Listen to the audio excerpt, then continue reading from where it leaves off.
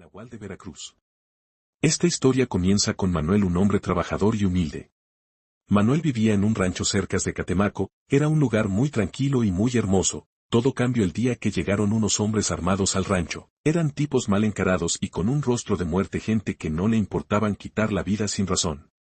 Manuel seguía su vida normal como siempre, trabajando en el campo, pero todo cambió cuando la gente mala reclutó a la fuerza a sus dos hijos de 13 y 14 años. Manuel estaba destrozado, no tenía idea de cómo recuperar a sus hijos, el gobierno ni la policía de ese lugar podrían hacer nada, estaban comprados por el crimen organizado. Manuel recordó que su padre le había dicho que venían de un linaje de hombres bestias, pero Manuel no creía en las palabras de sus padres, decidió ir a buscarlo y pedirle ayuda. Cuando llegó a la casa de su padre le contó lo que pasó con sus nietos y que necesitaba su ayuda. El señor se quedó mirando a Manuel a los ojos y le dijo: ven hijo, es hora que heredes un gran poder que te ayudará a recuperar a mis nietos. El señor tomó un pequeño morral y guardó hojas y plantas raras y le dijo a Manuel: hijo mío, sígueme. El camino fue muy largo, pero al final llegaron a una cueva muy oscura. Allí el señor preparó una bebida con las hojas y plantas que sacó de su morral. Le dijo a Manuel: hijo, bebe esto y piensa en un animal de tu agrado y no salgas de la cueva pase lo que pase. Manuel tomó lo que su padre le dio a beber y pensó en el animal que el escogido. De pronto Manuel cayó al suelo mareado y con convulsiones, dando vueltas en el suelo con un dolor enorme que no soportaba. De pronto su cuerpo empezó a cambiar, le salió pelo, sus extremidades empezaron a crecer, su boca se alargó de una forma grotesca. Cuando su transformación fue completa, Manuel era un lobo enorme con unas faces alargadas con colmillos filosos. Aún así reconoció a sus padres: hijo mío, tranquilo, esta es tu herencia, tienes un poder asombroso, eres más rápido que cualquier animal o ser humano, así que con este don puedes ir a recuperar a mis nietos, pero no olvides algo que te voy a decir: mientras más mates o devores humano, más vas a querer, así que debes tener cuidado, solo te puedes convertir en la noche y regresar antes de amanecer. Manuel, convertido en el lobo enorme, salió de la cueva corriendo en cuatro patas, le escurría una baba negra y espeda del hocico. En cuestión de minutos está afuera del campamento de los hombres armados, esperó un descuido del guardia y con un movimiento muy rápido, silencioso y preciso le arrancó la cabeza al guardia de un solo mordisco. El sabor y el olor a sangre lo volvió loco, así que empezó a cazar a todos los hombres. En cuestión de minutos empezaron a disparar por todos lados. Los hombres estaban confundidos, no sabían quién los estaban atacando, se movía tan rápido que solo veían la sombra de la cosa que los atacaba de un zarpazo, así que los miembros de los cuerpos de los hombres se desprendieron. Los gritos y disparo no paraban, la confusión y los nervios los traicionaban. Uno por uno fueron cayendo hasta que al final solo quedó un hombre de pie. Manuel salió de la oscuridad cubierto de un sangre y desnudo, ya convertido en un hombre. Se acercó al maleante y le preguntó: ¿dónde están mis hijos? El hombre no sabía qué decir, estaba muerto de miedo, así que Manuel le volvió a preguntar: ¿dónde están mis hijos? El hombre tartamudeando le contestó: están en el otro campamento cerca de Catemaco. Manuel volvió a tomar la forma de lobo y con rabia y coraje lo devoló. Empezó a correr hacia el campamento, estaba a una hora de camino. Con la velocidad que poseía haría menos de 20 minutos, no había tiempo que perder. El camino encontró a otro grupo de 10 hombres armados, así que se escondió para ver si entre ellos estaban sus hijos. Al ver que no se encontraban, decidió empezar con su siguiente ataque. Era su siguiente movimiento, sería igual o peor, su furia y coraje era demasiada, así que empezó a rodearlos. Los hombres empezaron a escuchar unos gruñidos aterradores y jadeos. Los hombres empezaron a cerrajear sus armas y a prepararse. De repente, en un abrir y cerrar de ojos, la cabeza de uno de ellos rodó por el suelo, bañando a varios de ellos de un líquido rojo. El miedo y el terror se adueñó de ellos con disparos por todos lados. Solo se escuchaba grito y quejido de los hombres que iban cayendo uno por uno. El jefe de ellos les dijo a los demás: prendan las luces de las camionetas. Al encender las luces vieron un lobo en dos patas de una altura mayor a los 2 metros en sus fauces. La cabeza de uno de ellos era totalmente negro con ojos rojos como fuego. Empezaron a gritar como locos y a correr por todos lados. Manuel los empezó a atracar y a despedazar como si fueran animales indefensos hasta que terminó con ellos. Al terminar esa masacre empezó a recuperar su forma humana. Se acercó a las camionetas. En su interior varios niños y adolescentes de varias edades estaban en su interior. Habían sido secuestrados para reclutamiento para hacerlos sicarios y malvivientes. Manuel los soltó y le dijo: regresen a sus casas, ya nadie les hará daño, y decidió seguir con su camino. Corrió como nunca en su vida, su meta era encontrar a sus hijos vivos o muertos. Al llegar al pueblo siguiente se percató que el campamento que buscaba era más grande que los demás, así que se acercó. Poco a poco había un guardia en la puerta, así que lo atacó y le quitó su uniforme, se lo puso, así era más fácil de mezclarse entre esa gente. Fue buscando lugar por lugar, y lo que descubrió fue tan espantoso y brutal de lo que esperaba. En una casa de campaña había gente vestida de doctores, y en una camilla un joven era operado quitándole órganos y otras partes de su cuerpo. Manuel se asqueó tanto que vomitó sin parar. Siguió buscando, y en otra casa de campaña más grande había diputados, gobernadores, comandantes de la policía acompañados de menores de edad que habían secuestrado los malhechores. Manuel estaba devastado por tanta corrupción que había en ese lugar, así que sin pensarlo siguió buscando a sus hijos hasta que unas de las últimas casas escuchó varias voces que se oían. Se acercó y vio a varios niños golpeados y llenos de cicatrices. Entre ellos estaban sus hijos. Al verlos, Manuel se le salieron unas lágrimas y dijo: Raúl, Manuel, soy su papá. Al verlo, sus hijos corrieron a abrazarlo y a besarlo como nunca, y les dijo: hijo, salga de aquí con los demás, los espero en el monte, páselo pasen, no se regresen, yo los alcanzo. Los niños hicieron caso y salieron de ahí. Manuel se dirigió a la casa donde estaban los políticos y comandantes, se paró en la puerta y se descubrió el rostro y les dijo: esta noche es su último día, malditos desgraciados. Los hombres empezaron a reír como locos por lo que Manuel había dicho, pero su risa les duró muy poco. Al ver cómo Manuel se transformaba en un lobo terrorífico, sus muecas de risa se convirtieron en rostros de terror y asombro. Manuel empezó a atacar sin misericordia. Los gritos y quejidos se escuchaba por todo el pueblo. Nadie salió de sus casas. Esa noche fue tan espantosa que nadie quiso recordar. Al terminar, Manuel se encontró con sus hijos y regresaron a casa. En la noticia solo se informó de la masacre como un ataque entre carteles. Manuel y sus hijos regresaron a casa y Manuel les heredó el don que se le había dado de la gente mala. Jamás se supo nada y la vida en el rancho regresó a la normalidad. De vez en cuando Manuel y sus hijos se transforman en esas bestias. La gente cuenta ver a 3 lobos enormes cuando el rancho y pueblos cercanos. Espero les haya gustado el video. Les pido que dejen su comentario y like. Suscríbete, es gratis, así me ayudas a subir más videos como este. El nahual del cerro de San Agustín. Tlacotepec se apuró mucho a levantarlo para que el pueblo se viera bonito. Cuando terminó fue a avisar al señor Sacamara, dios de la lluvia, para que fuera a revisar si estaba bien o le hacía falta algo. Este aceptó, y ambos fueron subiendo hasta llegar a la cima. El dios se puso muy contento porque el cerro estaba muy alto y se podía divisar hasta la Ciudad de México. Estaban revisando que no faltara nada, miraban de un lado a otro, cuando de repente vieron como los habitantes de la Ciudad de México intentaban colocar la campana en la catedral, y no podían. Ya casi llegaba la campana a la torre de la iglesia y se volvía a bajar. Los hombres volvían a intentar subirla, pero no aguantaban. Entonces, los dos se compadecieron de esa gente y uno dijo al otro: ¿qué te parece si ayudamos a colocar la campana de la Catedral de México, porque sus habitantes no pueden subirla solos, están sufriendo mucho? El dios Sacamara dijo: está bien, a las 12 de la noche en punto debemos estar ya colocando la campana para que nadie se dé cuenta de quienes los ayudaron. Así como quedaron, lo hicieron rápidamente y a las 12 en punto ya estaba colocada la campana de la catedral. La tocaron y de inmediato se retiraron. Toda la gente se alarmó, se reunió al pie de la catedral y, efectivamente, ya estaba colocada la campana. Todos se preguntaban quién la había colocado, pero nadie sabía. Los ciudadanos estaban muy contentos, celebrando la instalación de la campana, cuando estos seres misteriosos ya estaban en la punta del cerro de Tlacotepec, viendo a la gente contenta. Ellos quedaron muy satisfechos de haber hecho esa obra.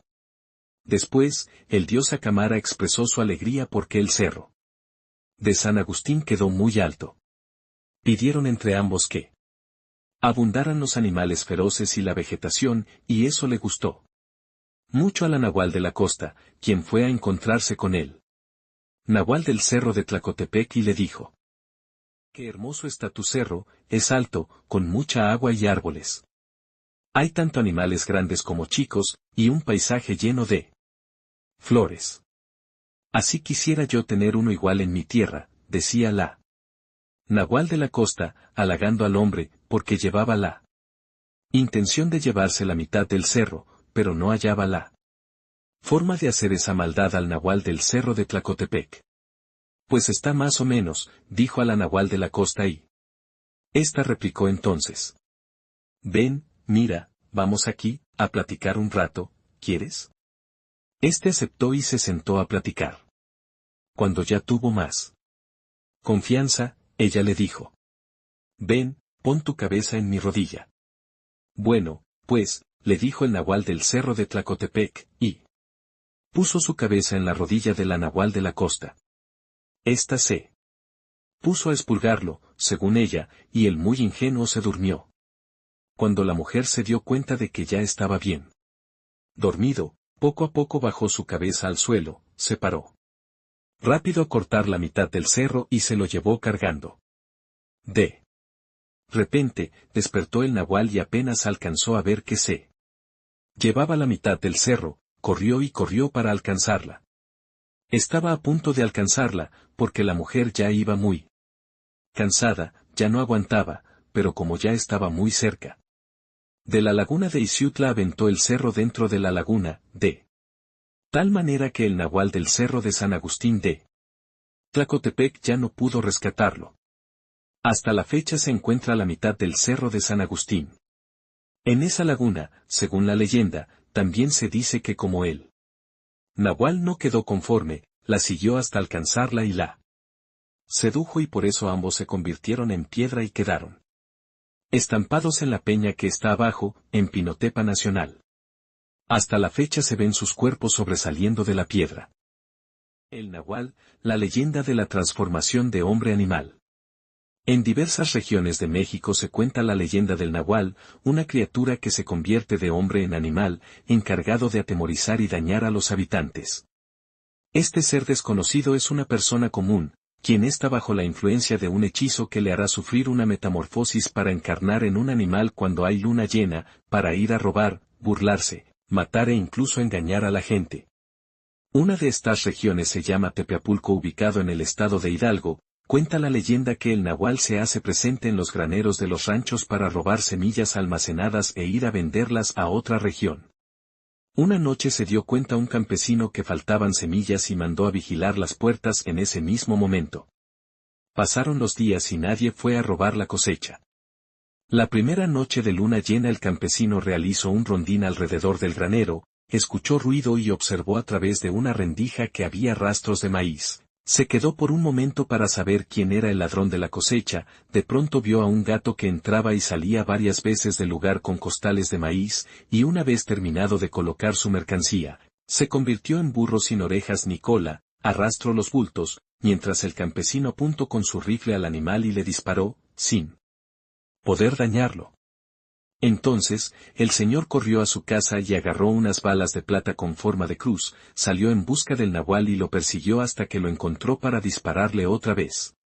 Vio el señor herido al nahual, pero siguió corriendo hacia una barranca perdiéndose de vista. A la mañana siguiente, los pueblerinos encontraron el cuerpo de un anciano muerto cerca de una barranca, y jamás volvieron a ver al nahual. Evidentemente, la leyenda del nahual empezó a surgir antes de la modernización de México. Consecutivamente, este mito fue creciendo con diferentes versiones sobre sus transformaciones y el aspecto del animal dependiendo de la región, utilizadas tal vez en el entorno rural para asustar amigos, vecinos o familiares que tuviesen algún vicio, y que lo dejaran. Orígenes del nahual, el hombre jaguar prehispánico. La leyenda del nahual tiene su legado desde las culturas prehispánicas, con la creación de seres mitológicos, mitad hombre y mitad animal, relacionado con el dogma de la magia. En la mitología azteca, el nahual se refiere a los dioses que se mezclaron entre sí, a causa de la integración de distintas culturas a través de la asimilación de costumbres y de dioses, dando pauta a la creación de mitos y leyendas. Se creía en 4 mundos o soles para vislumbrar un mundo futuro. Esta idea de la sucesión de las distintas épocas interrumpidas sería a través de siniestros. Los soles tenían cada uno un nombre diferente, como el primer sol llamado Naum Ocelot, 4 Ocelote o jaguar, correspondiente al mundo habitado por gigantes y destruido por los jaguares, considerados como Nahualli o la máscara zoomorfa del dios Tezcatlipoca. El segundo sol Nahui-Ejecatl, 4 viento, desatándose un huracán sería la manifestación de Quetzalcóatl, convirtiendo a los sobrevivientes en monos. El tercer sol Nahui-Quiahuitl, 4 lluvia de fuego, cayó una lluvia de fuego y se hizo presente Tlaloc, los sobrevivientes se transformaron en pájaros. El cuarto sol Nahuiatl, 4 agua, vino un diluvio, en donde sobrevivieron un hombre y una mujer, que se refugiaron bajo un ahuehuete, el dios Tezcatlipoca, los castigó convirtiéndolos en perros por su desobediencia. En el imperio azteca los nahuales eran sabios sacerdotes y hechiceros, quienes poseían ciertos secretos mágicos para hacer llover sobre los campos, desviar las corrientes de los vientos, silenciar el trueno, alejar el granizo. También podían desprenderse de su piel para convertirse en una criatura para ir a robar e incluso matar. Los nahuales estaban amparados por el dios Tezcatlipoca, el dios del cielo nocturno, la luna y las estrellas, señor del fuego y de la muerte, también llamado como Yaotl, afiliado a las fuerzas de la destrucción del mal. La metamorfosis del nahual. Existen versiones sobre la transformación del nahual, la cual transcurre cuando hay luna llena para adquirir la forma del animal elegido. El humano desaparece para encarnar en la criatura en un lugar apartado de la comunidad. De esta manera, el hombre es capaz de incorporar su espíritu a través de una conexión psíquica al cuerpo del animal por el parentesco que tiene con la criatura. También, la metamorfosis puede ocurrir mediante el sueño. El brujo permanece en un sueño profundo mientras su alma sale a poseer el cuerpo de un animal, e ir por las calles para burlarse de la gente, a robar semillas o leche materna, pero si encuentra una persona en su camino puede revolcarlo e incluso patearlo hasta matarlo. Esta mutación se termina con el fin de la luna llena antes del amanecer, para volver otra vez a ser humano, de lo contrario corren el riesgo de quedar convertidos en animales por siempre. Los relatos cuentan de su apariencia de un ser extraño, que en realidad era un hechicero con capacidad de transformarse en un animal astuto para engañar a la gente hasta hacerla perder el juicio. El nahual puede tomar el aspecto de perro negro y peludo, en coyote o en un burro, en los animales comunes que la gente conoce. Este animal puede recorrer distancias largas sin tener ninguna dificultad en su estado natural. En el momento que una persona fuera atrapada por el nahual, le tenía que aventar semillas de ajonjolí para poder escapar del animal. No tiene poderes superiores para hacer daño, pero se le aconsejaba a la gente de los pueblos, que para impedir la entrada de los brujos o nahuales a sus casas, colocaran como protección una navaja de piedra negra en una vasija de agua, atrás de la puesta principal del hogar. La leyenda del nahual conserva el sentido folclórico desde los aztecas, el cual encierra un misterio inexplicable sobre su existencia y sobre sus transformaciones. Sin embargo, se caracterizó por vivir la fantasía y el miedo de un mundo desconocido por los habitantes mexicanos para dar una explicación a fenómenos extraños. Indudablemente, la leyenda es una herencia prehispánica sobre la transformación de la materia del cuerpo humano a ser un animal. Las tradiciones antiguas mezcladas con las de hoy indican la capacidad para cambiar la magia de un brujo a una forma animal, el cual se puede escabullirse fácilmente para robar semillas, así como, engañar a las mujeres que alimentan a los recién nacidos para ocupar su lugar, para dañar a alguien en particular o solamente se da el gusto de espantar a las personas. Hoy en día se habla del nahual en las comunidades rurales, donde la leyenda sigue viva y es contada por los abuelos. Sin embargo, en las ciudades grandes se ha perdido el verdadero sentido, pero el nahual solo es un mito de aquella leyenda que se relaciona con la magia cosmología mexicana. Ya no se habla de este ser extraño robador de semillas. Por la apertura de otras culturas ajenas a la nuestra y donde las tradiciones mexicanas se están perdiendo. Este relato recrea una de las leyendas que han enriquecido a la literatura mexicana popular, explicando las formas simbólicas y fundamentales de valores, creencias y prácticas en donde se da un sentido a todos los fenómenos sobrenaturales. La evidencia es demasiada para dudar entre lo falso y lo verdadero. La respuesta tal vez la tengan los magos encargados de manejar las artes ocultas en el país. En diversas regiones de México se cuenta la leyenda del nahual, una criatura que se convierte de hombre en animal, encargado de atemorizar y dañar a los habitantes. Este ser desconocido es una persona común, quien está bajo la influencia de un hechizo que le hará sufrir una metamorfosis para encarnar en un animal cuando hay luna llena, para ir a robar, burlarse, matar e incluso engañar a la gente. Una de estas regiones se llama Tepeapulco, ubicado en el estado de Hidalgo. Cuenta la leyenda que el nahual se hace presente en los graneros de los ranchos para robar semillas almacenadas e ir a venderlas a otra región. Una noche se dio cuenta un campesino que faltaban semillas y mandó a vigilar las puertas en ese mismo momento. Pasaron los días y nadie fue a robar la cosecha. La primera noche de luna llena el campesino realizó un rondín alrededor del granero, escuchó ruido y observó a través de una rendija que había rastros de maíz. Se quedó por un momento para saber quién era el ladrón de la cosecha. De pronto vio a un gato que entraba y salía varias veces del lugar con costales de maíz, y una vez terminado de colocar su mercancía, se convirtió en burro sin orejas ni cola, arrastró los bultos, mientras el campesino apuntó con su rifle al animal y le disparó, sin poder dañarlo. Entonces, el señor corrió a su casa y agarró unas balas de plata con forma de cruz, salió en busca del nahual y lo persiguió hasta que lo encontró para dispararle otra vez. Vio el señor herido al nahual, pero siguió corriendo hacia una barranca perdiéndose de vista. A la mañana siguiente, los pueblerinos encontraron el cuerpo de un anciano muerto cerca de una barranca, y jamás volvieron a ver al nahual. Evidentemente, la leyenda del nahual empezó a surgir antes de la modernización de México. Consecutivamente, este mito fue creciendo con diferentes versiones sobre sus transformaciones y el aspecto del animal dependiendo de la región, utilizadas tal vez en el entorno rural para asustar amigos, vecinos o familiares que tuviesen algún vicio, y que lo dejaran. Orígenes del nahual, el hombre jaguar prehispánico. La leyenda del nahual tiene su legado desde las culturas prehispánicas, con la creación de seres mitológicos, mitad hombre y mitad animal, relacionado con el dogma de la magia. En la mitología azteca, el nahual se refiere a los dioses que se mezclaron entre sí, a causa de la integración de distintas culturas a través de la asimilación de costumbres y de dioses, dando pauta a la creación de mitos y leyendas. Se creía en 4 mundos o soles para vislumbrar un mundo futuro. Esta idea de la sucesión de las distintas épocas interrumpidas sería a través de siniestros. Los soles tenían cada uno un nombre diferente, como el primer sol llamado Naum Ocelot, 4 Ocelote o jaguar, correspondiente al mundo habitado por gigantes y destruido por los jaguares, considerados como Nahualli o la máscara zoomorfa del dios Tezcatlipoca. El segundo sol Nahui-Ejecatl, 4 viento, desatándose un huracán, sería la manifestación de Quetzalcóatl, convirtiendo a los sobrevivientes en monos. El tercer sol Nahui-Quiahuitl, 4 lluvia de fuego, cayó una lluvia de fuego y se hizo presente Tlaloc, los sobrevivientes se transformaron en pájaros.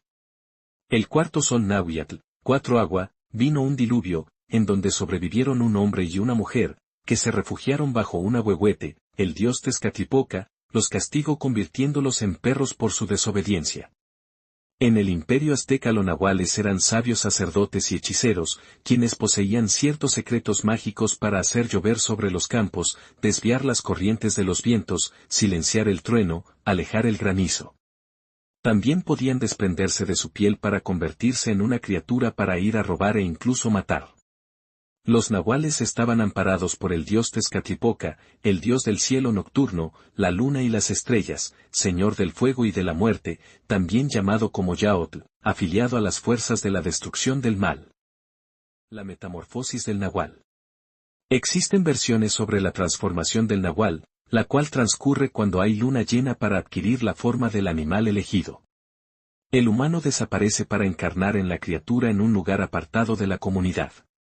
De esta manera, el hombre es capaz de incorporar su espíritu a través de una conexión psíquica al cuerpo del animal por el parentesco que tiene con la criatura. También, la metamorfosis puede ocurrir mediante el sueño. El brujo permanece en un sueño profundo mientras su alma sale a poseer el cuerpo de un animal, e ir por las calles para burlarse de la gente, a robar semillas o leche materna, pero si encuentra una persona en su camino puede revolcarlo e incluso patearlo hasta matarlo. Esta mutación se termina con el fin de la luna llena antes del amanecer, para volver otra vez a ser humano, de lo contrario corren el riesgo de quedar convertidos en animales por siempre. Los relatos cuentan de su apariencia de un ser extraño, que en realidad era un hechicero con capacidad de transformarse en un animal astuto para engañar a la gente hasta hacerla perder el juicio. El nahual puede tomar el aspecto de perro negro y peludo, en coyote o en un burro, en los animales comunes que la gente conoce. Este animal puede recorrer distancias largas sin tener ninguna dificultad en su estado natural. En el momento que una persona fuera atrapada por el nahual, le tenía que aventar semillas de ajonjolí para poder escapar del animal. No tiene poderes superiores para hacer daño, pero se le aconsejaba a la gente de los pueblos, que para impedir la entrada de los brujos o nahuales a sus casas, colocaran como protección una navaja de piedra negra en una vasija de agua, atrás de la puesta principal del hogar. La leyenda del nahual conserva el sentido folclórico desde los aztecas, el cual encierra un misterio inexplicable sobre su existencia y sobre sus transformaciones. Sin embargo, se caracterizó por vivir la fantasía y el miedo de un mundo desconocido por los habitantes mexicanos para dar una explicación a fenómenos extraños. Indudablemente, la leyenda es una herencia prehispánica sobre la transformación de la materia del cuerpo humano a ser un animal. Las tradiciones antiguas mezcladas con las de hoy indican la capacidad para cambiar la magia de un brujo a una forma animal, el cual se puede escabullirse fácilmente para robar semillas, así como, engañar a las mujeres que alimentan a los recién nacidos para ocupar su lugar, para dañar a alguien en particular o solamente se da el gusto de espantar a las personas. Hoy en día se habla del nahual en las comunidades rurales, donde la leyenda sigue viva y es contada por los abuelos. Sin embargo, en las ciudades grandes se ha perdido el verdadero sentido, pero el nahual solo es un mito de aquella leyenda que se relaciona con la magia cosmología mexicana. Ya no se habla de este ser extraño robador de semillas, por la apertura de otras culturas ajenas a la nuestra y donde las tradiciones mexicanas se están perdiendo. Este relato recrea una de las leyendas que han enriquecido a la literatura mexicana popular, explicando las formas simbólicas y fundamentales de valores, creencias y prácticas en donde se da un sentido a todos los fenómenos sobrenaturales. La evidencia es demasiada para dudar entre lo falso y lo verdadero. La respuesta tal vez la tengan los magos encargados de manejar las artes ocultas en el país. ¿Qué es un nahual? El nahual o nahual son criaturas que forman parte de las creencias mesoamericanas.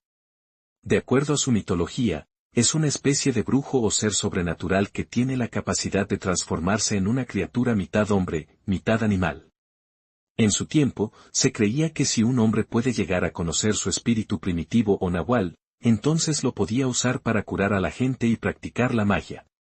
Para los pueblos prehispánicos, el nahualli era uno de los hechiceros llamados Tlatlacatecolotlh, hombres búhos, lo cual indica que solo aparecían de noche. La leyenda de los nahuales.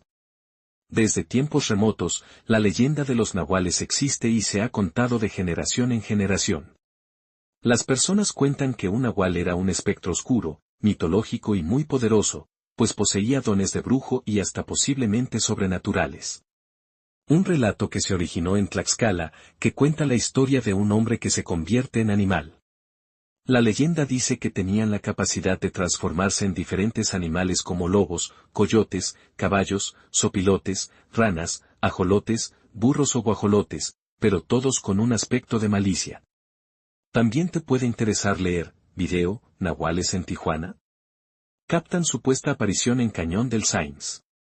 Cuentan que si el nahual era lastimado mientras estaba en su forma animal, al convertirse en humano, mantenía la herida en la misma zona donde fue lesionado, con lo que podían darse cuenta quién era uno de estos seres. Pero eso no es todo, ya que se dice que al salir por las noches, los nahuales necesitaban cargar consigo un cinturón de piel y una prenda usada, esto para que pudieran volver a su aspecto humanoide. Dos versiones de la leyenda en Tlaxcala. En la tierra de Chicotencatl hay dos versiones de esta leyenda, ambas se desarrollan en el municipio de Santa Ana Chiautempan. Espero les guste el video, suscríbete y comparte, es gratis, así me ayudas a subir más contenido como este. Coméntame de qué historias o leyendas te gustaría escuchar. No olvides dar like, gracias. En la región de los Llanos de Apam, del estado de Hidalgo, suele oírse todavía hoy la siguiente historia entre los trabajadores del campo.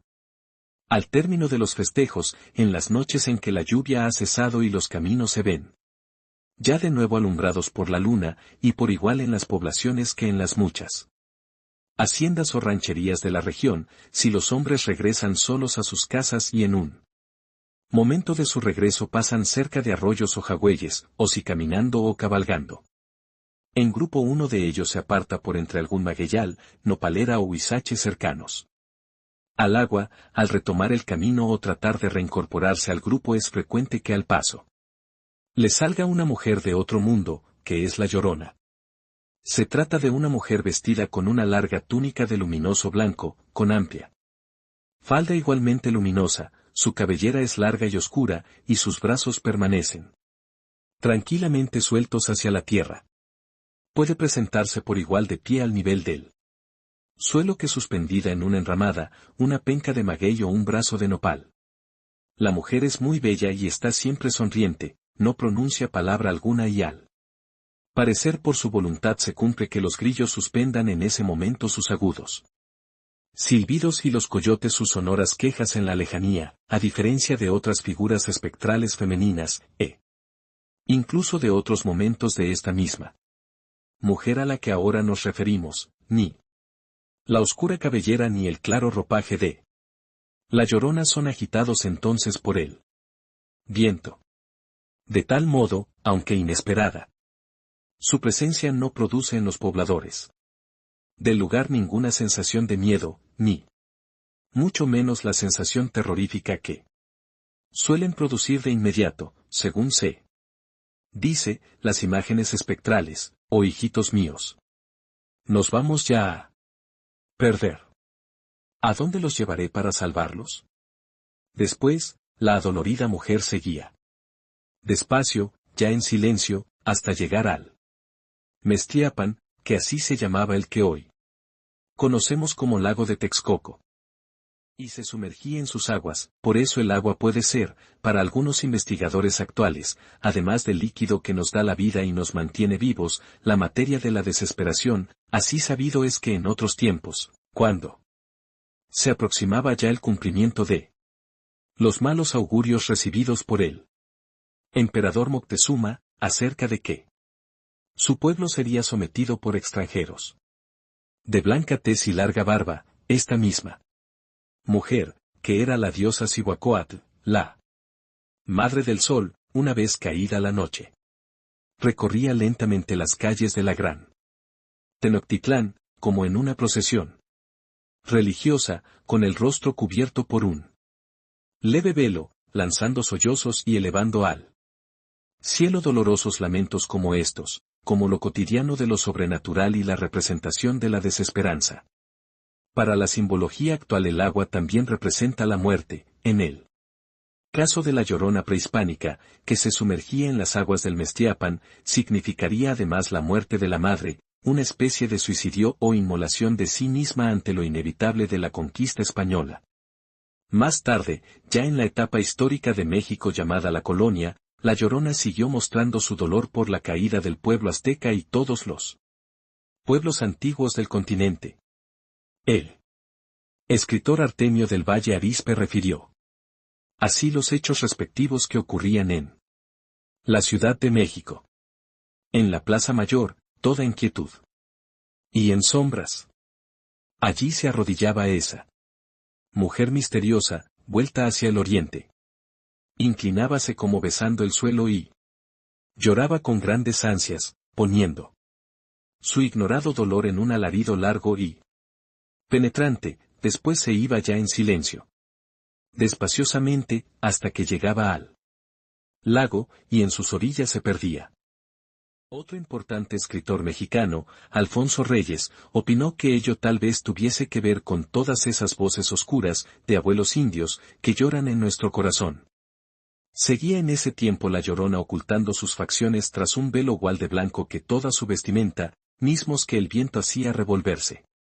Como para revelar dramáticamente su lastimoso estado de ánimo, pues sin duda la adolorida mujer sentía haber perdido a muchos de sus hijos, pero, también, para mostrar que sentía en su ser mismo la pérdida de la felicidad de aquellos de sus hijos que habían sobrevivido a la conquista, tenía la Llorona en aquellos anteriores tiempos, en los prehispánicos y en los de la colonia, una actitud de desesperanza, pues, según otros autores, su rostro cubierto podía querer simbolizar al pueblo que bajo la dominación española Había perdido su carácter esencial, pero el hecho de que en los tiempos previos a la llegada de los españoles la Llorona se sumergiera o desapareciera en las aguas del lago de Texcoco, situado al oriente de la Gran Tenochtitlán y que la misteriosa mujer se volviese hacia el oriente y se inclinase como besando el suelo y llorando con grandes ansias. Podría significar una invocación al renacimiento, pues algunos otros pueblos, como los totonacas, creían que al oriente estaban las almas de los niños que volverían a nacer. En nuestros días, en cambio, según los hombres del campo de los llanos de Apam refieren, la Llorona sí les muestra su rostro a quienes se les aparece. Esto es relevante, pues significaría que la espectral mujer ha mudado su carácter, pasando de símbolo de la desesperación al de una nueva esperanza que busca, además, reafirmarse de inmediato por medio del amor, para comportar una nueva posibilidad de desarrollo para su pueblo. La Llorona se habría despojado de su carácter de madre para investirse con el de amante. Por eso ahora, en el relato que venimos comentando, la Llorona tiene el rostro descubierto. Al aparecérsele al hombre que anda en noche de luna, cerca de los arroyos o los jagüeyes. Le hace saber así que es bella y claramente le sonríe para luego invitarlo a que la siga entre las sombras. Para algunos investigadores, esta nueva situación revela, no solo la posibilidad de recuperar los antiguos sitios sagrados que el agua simboliza, sino la de recuperar igualmente la esencia de nuestras antiguas formas de vida mediante la apertura a secretos insondables. También significaría una moderna conjugación del patos y el eros asterisco de nuestro pueblo. Es decir, el paso de la antigua carga social y moral por la pérdida de nuestra idiosincrasia al júbilo ante la posibilidad de un nuevo destino, sano y pleno de oportunidades. Porque al andar la Llorona hoy por los arroyos, los jagüeyes y los nacimientos de agua, sugiere la búsqueda de lo que en otro tiempo tuvo un carácter sagrado. En efecto, esa dignidad se otorgaba a tales sitios antes de la conquista, a la vez que se los relacionaba con los dioses del agua. Alguno de los hombres de los llanos de Apam a quienes la Llorona ha secuestrado refirió, pasado el trance, que en aquel primer momento del cruce de miradas en la penumbra del campo, pareció formarse un tenue hilo de color azul entre la mirada de la bella mujer y la suya, mismo que poco a poco fue ampliándose hasta formar una especie de velo en el que el propio narrador acabó por sentirse envuelto. Ya modernamente, en los tiempos cercanos a la Guerra de Independencia, una bonita canción fue compuesta y comenzó a cantarse por todo el país. Es la que lleva precisamente por título La Llorona, misma que todavía hoy sigue siendo muy popular. Sobre todo en una de sus estrofas más tradicionales, esta canción revela el sentido erótico al que acabamos de referirnos. Algo espectacular en nuestros días, se dice, es que los raptados por la Llorona amanecen a veces en lugares muy alejados de aquellos en los que se los vio por última vez la noche anterior, es decir, en lugares muy alejados del sitio donde se apartaron hacia algún arroyo o jagüey y quisieron encaminarse de nuevo hacia su grupo o, solos, directamente hacia su vivienda. Al desaparecido, ni habiendo ido a caballo, y ni siquiera en el supuesto de que hubiera contado con un vehículo de motor, cosa imposible, pues sus acompañantes sabían que no había sido así, le hubiera sido posible cubrir una distancia tan grande como la que lo separaba entonces del punto en el que había vuelto a aparecer.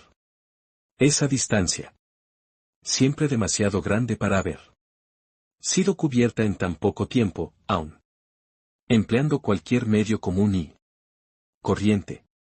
Y, al preguntársele a los propios raptados sobre lo que sucedió mientras estuvieron con la Llorona. Ellos no dicen nada, como si hubiesen firmado con el femenino espectro un pacto de no revelarlo.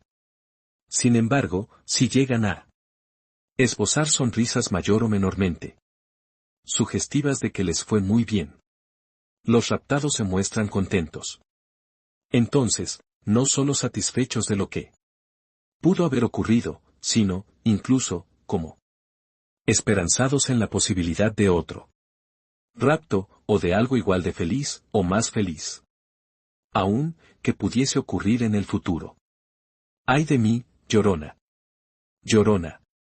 Llorona, llévame al río. A ver si sus aguas juntan. Llorona. Tu corazón con el mío. Si te gustó el video, suscríbete y comparte. Deja tu like y tu comentario, gracias. La bruja Baba Yaga. Versión de Alexander Nikolayevich Afanasiev, 1826 a 1871. El cuento del cuento: la niña pega la oreja al suelo del bosque y la escucha, son los pasos de Baba Yaga, la bruja que viene a comérsela. La niña corre más rápido, saca un objeto mágico, le corta el paso. Pero Baba Yaga vuelve a perseguirla. Tiene mucha hambre. La bruja Baba Yaga. Versión de Alexander Nikolayevich Afanasiev, 1826 a 1871. El cuento del cuento: la niña pega la oreja al suelo del bosque y la escucha, son los pasos de Baba Yaga, la bruja que viene a comérsela. La niña corre más rápido, saca un objeto mágico, le corta el paso. Pero Baba Yaga vuelve a perseguirla. Tiene mucha hambre. Afanasiev quería rescatar la voz, las costumbres y la filosofía de los campesinos y de las pastoras que vivían muy ignorados por los gobernantes rusos, pero que conocían narraciones llenas de transformaciones extraordinarias, como las que leerás en este cuento. Ahí viene la bruja otra vez y la niña corre con todas sus fuerzas. Corre también. El cuento: había una vez un hombre viejo que había perdido a su esposa y se había vuelto a casar. Tenía una hija de su primer matrimonio, una niña, que no encontró nunca la bondad y el consuelo que necesitaba en los ojos de su madrastra malvada. La mujer solía golpearla y preguntarse, sin titubear, cómo podría matarla. Un día el padre tuvo que ausentarse por un viaje y la madrastra aprovechó y le dijo a la niña: «Ve con tu tía, mi hermana, y pídele aguja e hilo para hacerte un vestido». Pero esa tía era la perversa bruja Baba Yaga. La bruja caníbal. La chica no era tonta, lo sabía, así que primero fue a casa de una verdadera tía suya, hermana de su padre, y le dijo: «Buenos días, tita». «Buenos días, querida. ¿Qué te trae por aquí?» «Madre me ha enviado con su hermana para que le pida hilo y aguja para hacerme un vestido». Consciente del peligro, su tía le dio instrucciones sobre lo que debía hacer. «Hay una vedula ahí, sobrina, que te rasguñará la cara, debes atarle una cinta en una rama, hay puertas que crujirán y se cerrarán de golpe para no dejarte pasar, debes echar aceite en sus bisagras, hay perros que te atacarán, debes aventarles estos panecillos, hay un gato que te sacará los ojos, debes darle un pedazo de tocino». Así que la niña se fue, tomó una cinta, aceite, un par de panecillos y tocino de casa de su tía, y caminó hasta que llegó al lugar. Ahí había una cabaña, donde estaba sentada, tejiendo, la perversa bruja Baba Yaga, con sus patas de puro hueso. «Buenos días, tita», dijo la niña. «Buenos días, querida», respondió la bruja. «Madre me envió para pedirte hilo y aguja pues quiere hacerme un vestido». «Muy bien, pasa, siéntate y teje un poco en lo que los traigo».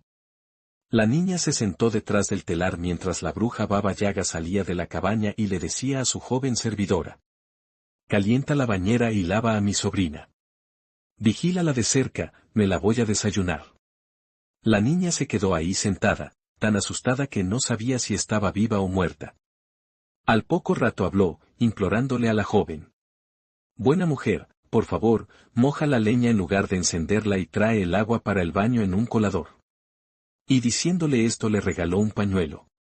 Baba Yaga esperó algún tiempo fuera de la cabaña, luego se acercó a la ventana y preguntó: «¿Estás tejiendo, sobrina? ¿Estás tejiendo, querida? Ah, sí, tía, estoy tejiendo. De modo que la bruja se fue otra vez y la niña aprovechó para darle al gato un pedazo de tocino, antes de que éste le sacara los ojos, y preguntarle. ¿Hay manera de escapar de aquí? Aquí tienes un peine y una toalla, dijo el gato, tómalos y vete. Baba Yaga te perseguirá, pero debes poner el oído sobre la tierra y cuando escuches que casi está frente a ti, arroja la toalla. Se convertirá en un río ancho, ancho. Si Baba Yaga logra cruzar el río, entonces debes poner el oído sobre la tierra otra vez, y cuando escuches que casi está frente a ti, avienta el peine. Se convertirá en un bosque espeso, espeso, no habrá manera de que pueda atravesarlo. La niña tomó la toalla y el peine, luego huyó. Los perros la hubieran atacado, pero les aventó los panecillos y la dejaron seguir, las puertas hubieran rechinado y azotado para impedirle el paso, pero les puso aceite en las bisagras y la dejaron seguir. El abedul le hubiera rasguñado la cara, pero le amarró la cinta y la dejó seguir. El gato se sentó ante el telar, se puso a trabajar. No tejió mucho, en cambio, enredó todo. La bruja Baba Yaga se acercó a la ventana y preguntó. ¿Estás tejiendo, sobrina? ¿Estás tejiendo, querida? Estoy tejiendo muy bien, vieja bruja, muy bien, respondió el gato con voz ronca. La bruja no se la creyó, se precipitó hacia la cabaña, vio que la niña se había ido y golpeó e insultó al gato por haberla dejado escapar y no haberle sacado los ojos. A pesar de que te he servido durante mucho tiempo, dijo el gato, no me has dado más que huesos. Ella me dio tocino. Entonces la bruja se abalanzó sobre los perros, las puertas, el abedul, la joven, y empezó a insultarlos y a golpearlos. Los perros le dijeron. Te hemos servido durante mucho tiempo, pero solo nos has arrojado mendrugos quemados. Ella nos dio panecillos para comer. Las puertas dijeron. Te hemos servido durante mucho tiempo, pero ni siquiera le has puesto una gota de agua a nuestras bisagras. Ella nos puso aceite. El abedul le respondió. Te he servido durante mucho tiempo, pero nunca me has atado ni un hilo. Ella me amarró una cinta alrededor. Finalmente, la joven dijo. Te he servido durante mucho tiempo, pero nunca me has dado ni un harapo. Ella me dio un pañuelo. La bruja Baba Yaga, con sus piernas de puro hueso, llegó de un salto a su mortero, lo hizo andar, al tiempo que con una escoba iba borrando las huellas de su paso, y salió a perseguir a la niña. Entonces la niña puso el oído sobre la tierra, y cuando escuchó que la bruja le estaba dando alcance, ya a unos pasos de ella, arrojó la toalla que se convirtió en un río ancho, verdaderamente ancho. Baba Yaga se acercó al río y rechinó los dientes de odio, luego se fue a casa por sus bueyes y los condujo al río para que se bebieran hasta la última gota de su cauce. Y la bruja reinició su persecución. Pero la niña volvió a poner el oído sobre la tierra, y cuando escuchó que Baba Yaga estaba cerca, arrojó el peine, e instantáneamente brotó un bosque. Vaya que era espeso. La bruja quiso roer cada tronco pero por más que lo intentaba, no lograba abrirse paso, así que, sin más, regresó a su cabaña, hambrienta y roja de ira. Para entonces el padre de la niña ya había vuelto a casa y preguntado. ¿Dónde está mi hija? Fue a casa de mi hermana, respondió la madrastra. Poco después, para sorpresa de la madrastra, la chica llegó corriendo a casa. ¿Dónde has estado? Le preguntó el padre. ¡Ay, padre! Exclamó. Madre me mandó a casa de la tía para pedirle hilo y aguja para hacerme un vestido. Pero la tía es la bruja Baba Yaga y me quería comer. ¿Y cómo has logrado escapar, hija mía? De milagro. Contestó la niña, y se lo explicó todo. Tan pronto como su padre terminó de escuchar su relato, echó a la madrastra de la casa y él y su hija siguieron con sus vidas y prosperaron, y ya no volvieron a estar en peligro. Yo estaba ahí y lo escuché, bebí aguamiel y cerveza, se me escurrió por el bigote, pero no me entró a la boca. Si te gustó el video suscríbete y compártelo para que más gente se una a esta comunidad. Hasta la próxima. La bruja Baba Yaga. Versión de Alexander Nikolayevich Afanasiev, 1826 a 1871. El cuento del cuento, la niña pega la oreja al suelo del bosque y la escucha, Son los pasos de Baba Yaga, la bruja que viene a comérsela. La niña corre más rápido, saca un objeto mágico, le corta el paso. Pero Baba Yaga vuelve a perseguirla. Tiene mucha hambre. La bruja Baba Yaga. Versión de Alexandr Nikolayevich Afanasiev, 1826 a 1871. El cuento del cuento, la niña pega la oreja al suelo del bosque y la escucha, son los pasos de Baba Yaga, la bruja que viene a comérsela. La niña corre más rápido, saca un objeto mágico, le corta el paso. Pero Baba Yaga vuelve a perseguirla. Tiene mucha hambre.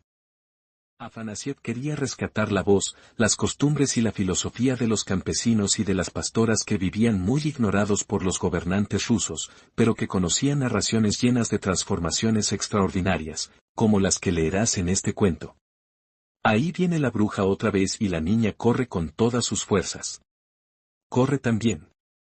El cuento, había una vez un hombre viejo que había perdido a su esposa y se había vuelto a casar. Tenía una hija de su primer matrimonio, una niña, que no encontró nunca la bondad y el consuelo que necesitaba en los ojos de su madrastra malvada. La mujer solía golpearla y preguntarse, sin titubear, cómo podría matarla. Un día el padre tuvo que ausentarse por un viaje y la madrastra aprovechó y le dijo a la niña: «Ve con tu tía, mi hermana, y pídele aguja e hilo para hacerte un vestido». Pero esa tía era la perversa bruja Baba Yaga. La bruja caníbal. La chica no era tonta, lo sabía, así que primero fue a casa de una verdadera tía suya, hermana de su padre, y le dijo: «Buenos días, tita». «Buenos días, querida. ¿Qué te trae por aquí?» «Madre me ha enviado con su hermana para que le pida hilo y aguja para hacerme un vestido». Consciente del peligro, su tía le dio instrucciones sobre lo que debía hacer. «Hay una abedul ahí, sobrina, que te rasguñará la cara, debes atarle una cinta en una rama, hay puertas que crujirán y se cerrarán de golpe para no dejarte pasar, debes echar aceite en sus bisagras, hay perros que te atacarán, debes aventarles estos panecillos, hay un gato que te sacará los ojos, debes darle un pedazo de tocino». Así que la niña se fue, tomó una cinta, aceite, un par de panecillos y tocino de casa de su tía, y caminó hasta que llegó al lugar. Ahí había una cabaña, donde estaba sentada, tejiendo, la perversa bruja Baba Yaga, con sus patas de puro hueso. «Buenos días, tita», dijo la niña. «Buenos días, querida», respondió la bruja.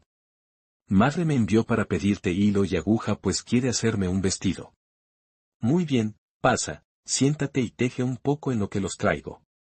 La niña se sentó detrás del telar mientras la bruja Baba Yaga salía de la cabaña y le decía a su joven servidora: «Calienta la bañera y lava a mi sobrina.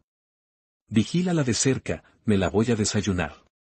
La niña se quedó ahí sentada, tan asustada que no sabía si estaba viva o muerta. Al poco rato habló, implorándole a la joven: «Buena mujer, por favor, moja la leña en lugar de encenderla y trae el agua para el baño en un colador». Y diciéndole esto le regaló un pañuelo. Baba Yaga esperó algún tiempo fuera de la cabaña, luego se acercó a la ventana y preguntó: «¿Estás tejiendo, sobrina? ¿Estás tejiendo, querida?» «Ah, sí, tía, estoy tejiendo». De modo que la bruja se fue otra vez y la niña aprovechó para darle al gato un pedazo de tocino, antes de que éste le sacara los ojos, y preguntarle: «¿Hay manera de escapar de aquí?» «Aquí tienes un peine y una toalla», dijo el gato, «tómalos y vete. Baba Yaga te perseguirá, pero debes poner el oído sobre la tierra y cuando escuches que casi está frente a ti, arroja la toalla. Se convertirá en un río ancho, ancho. Si Baba Yaga logra cruzar el río, entonces debes poner el oído sobre la tierra otra vez, y cuando escuches que casi está frente a ti, avienta el peine. Se convertirá en un bosque espeso, espeso, no habrá manera de que pueda atravesarlo». La niña tomó la toalla y el peine, luego huyó. Los perros la hubieran atacado, pero les aventó los panecillos y la dejaron seguir, las puertas hubieran rechinado y azotado para impedirle el paso, pero les puso aceite en las bisagras y la dejaron seguir. El abedul le hubiera rasguñado la cara, pero le amarró la cinta y la dejó seguir. El gato se sentó ante el telar, se puso a trabajar. No tejió mucho, en cambio, enredó todo. La bruja Baba Yaga se acercó a la ventana y preguntó. ¿Estás tejiendo, sobrina? ¿Estás tejiendo, querida? Estoy tejiendo muy bien, vieja bruja, muy bien, respondió el gato con voz ronca. La bruja no se la creyó, se precipitó hacia la cabaña, vio que la niña se había ido y golpeó e insultó al gato por haberla dejado escapar y no haberle sacado los ojos. A pesar de que te he servido durante mucho tiempo, dijo el gato, no me has dado más que huesos. Ella me dio tocino. Entonces la bruja se abalanzó sobre los perros, las puertas, el abedul, la joven, y empezó a insultarlos y a golpearlos. Los perros le dijeron. Te hemos servido durante mucho tiempo, pero solo nos has arrojado mendrugos quemados. Ella nos dio panecillos para comer. Las puertas dijeron. Te hemos servido durante mucho tiempo, pero ni siquiera le has puesto una gota de agua a nuestras bisagras. Ella nos puso aceite. El abedul le respondió. Te he servido durante mucho tiempo, pero nunca me has atado ni un hilo. Ella me amarró una cinta alrededor. Finalmente, la joven dijo. Te he servido durante mucho tiempo, pero nunca me has dado ni un harapo. Ella me dio un pañuelo. La bruja Baba Yaga, con sus piernas de puro hueso, llegó de un salto a su mortero, lo hizo andar, al tiempo que con una escoba iba borrando las huellas de su paso, y salió a perseguir a la niña. Entonces la niña puso el oído sobre la tierra, y cuando escuchó que la bruja le estaba dando alcance, ya a unos pasos de ella, arrojó la toalla que se convirtió en un río ancho, verdaderamente ancho. Baba Yaga se acercó al río y rechinó los dientes de odio, luego se fue a casa por sus bueyes y los condujo al río para que se bebieran hasta la última gota de su cauce. Y la bruja reinició su persecución. Pero la niña volvió a poner el oído sobre la tierra, y cuando escuchó que Baba Yaga estaba cerca, arrojó el peine, e instantáneamente brotó un bosque. Vaya que era espeso. La bruja quiso roer cada tronco pero por más que lo intentaba, no lograba abrirse paso, así que, sin más, regresó a su cabaña, hambrienta y roja de ira. Para entonces el padre de la niña ya había vuelto a casa y preguntado. ¿Dónde está mi hija? Fue a casa de mi hermana, respondió la madrastra.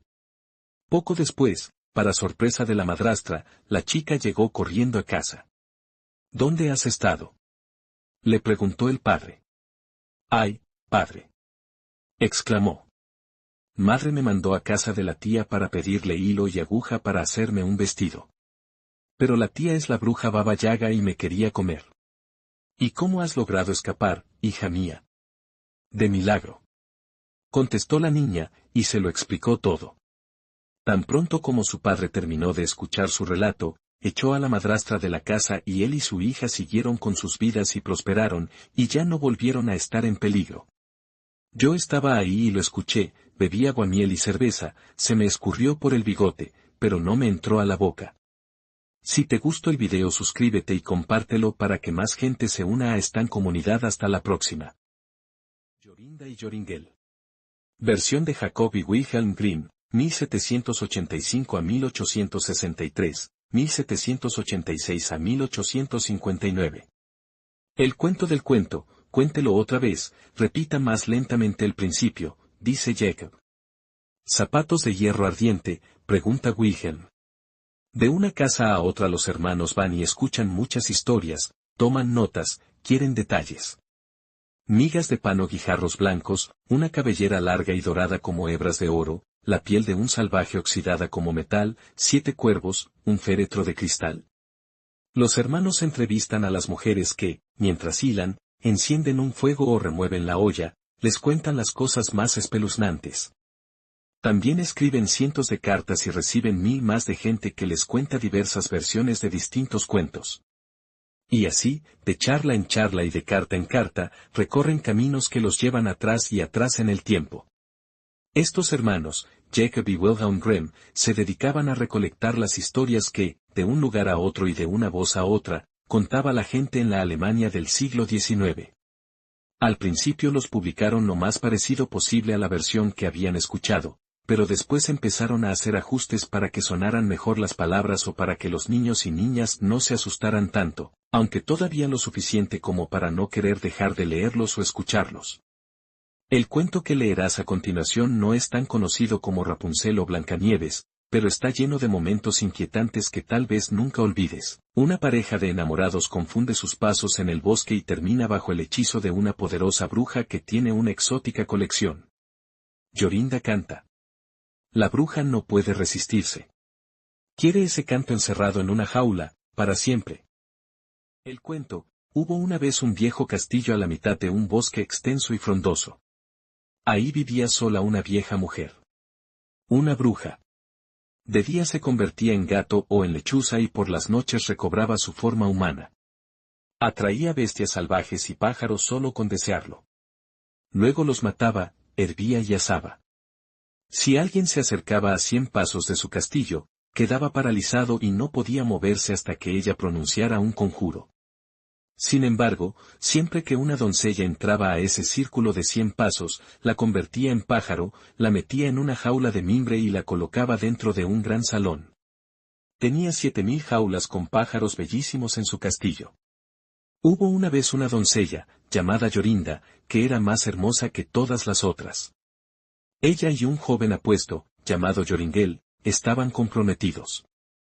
No imaginaban dicha más grande que la de estar juntos. Un día, para poder hablar en paz, decidieron dar una caminata por el bosque. Ten cuidado de no acercarte demasiado al castillo, advirtió Joringel. Era una tarde preciosa, el sol iluminaba intensamente los troncos de los árboles, clareaba el verde oscuro del bosque, y las tórtolas cantaban melancólicamente sobre las hayas. Yorinda, sin embargo, lloraba por momentos. Hasta que se terminó sentando, afligida, bajo el sol. Joringel también estaba pesaroso. Ambos estaban tristes. Tanto como si estuvieran a punto de morir. Entonces miraron a su alrededor y se descubrieron perdidos. No sabían por dónde ir para regresar a su casa. El sol seguía mitad arriba y mitad tapado por la montaña. Joringel miró entre los arbustos y se dio cuenta de que casi podía tocar las viejas paredes de piedra del castillo de la bruja. Se horrorizó, estaba muerto de miedo. Y Yorinda, de pronto, empezó a cantar. Mi pajarito, con su collar rojo. Canta, qué pesar, qué pesar, qué pesar. Canta que la paloma morirá pronto. Canta, qué pesar, currú, currú. Joringel miró a Yorinda, se había convertido en un ruiseñor y cantaba currú, currú. Una lechuza de ojos resplandecientes voló 3 veces alrededor de ella, y 3 veces chirrió Joringel no podía moverse. Se quedó parado como estatua, no podía hablar ni llorar, tampoco mover la mano ni el pie. El sol se había ocultado. La lechuza voló hacia los matorrales e inmediatamente después salió de ahí una vieja encorvada, amarilla y enjuta, con grandes ojos rojos y una nariz de gancho cuya punta le llegaba hasta la barbilla. Hablando entre dientes, atrapó al ruiseñor con la mano y se lo llevó. Joringel no podía hablar ni moverse de donde estaba. El ruiseñor había desaparecido. Luego, la bruja regresó, y dijo con una voz apagada. Salve, Sachiel. Si la luna resplandece en la jaula, Sachiel, suéltalo de inmediato. Entonces Joringel quedó libre. Cayó de rodillas ante la mujer y le rogó que le devolviera a su Yorinda, pero ella le respondió que nunca la volvería a ver y se fue. Él lloró, gritó, se lamentó, pero todo fue en vano. ¡Ay, qué será de mí! Joringel vagó por bosques y aldeas hasta que encontró un lugar desconocido en el que permaneció mucho tiempo como pastor. Habitualmente llevaba a las ovejas cerca del castillo, aunque nunca demasiado. Hasta que, un día, soñó que encontraba una flor rojo escarlata que tenía una perla bella y grande en el centro, y que recogía la flor y con ella iba al castillo y todo lo que tocaba con la flor dejaba de estar encantado. También soñó que así recuperaba a su Yorinda. En la mañana, cuando se despertó, inició la búsqueda incansable de esa flor. Recorrió jardines, montes, valles, colinas, buscó hasta el 9º día. Entonces, muy temprano, encontró la flor rojo escarlata. En el centro brillaba una gran gota de rocío, tan grande como la perla más fina. Joringel viajó día y noche con su flor hasta llegar al castillo. Cuando estuvo a 100 pasos no se quedó paralizado, pudo seguir y llegó hasta la puerta. Iba feliz. Tocó la puerta con la flor y la puerta se abrió. Caminó por el patio intentando distinguir el sonido de los pájaros. Cuando por fin lo escuchó, lo siguió hasta encontrar el grandísimo salón de donde provenía. Ahí estaba la bruja alimentando a los 7000 pájaros de las 7000 jaulas. Cuando la bruja vio a Joringel enfureció, le escupió veneno y él, lo maldijo, pero no pudo avanzar hacia él. Joringel miró en todas las jaulas, había cientos de ruiseñores, ¿cómo iba a encontrar a Jorinda?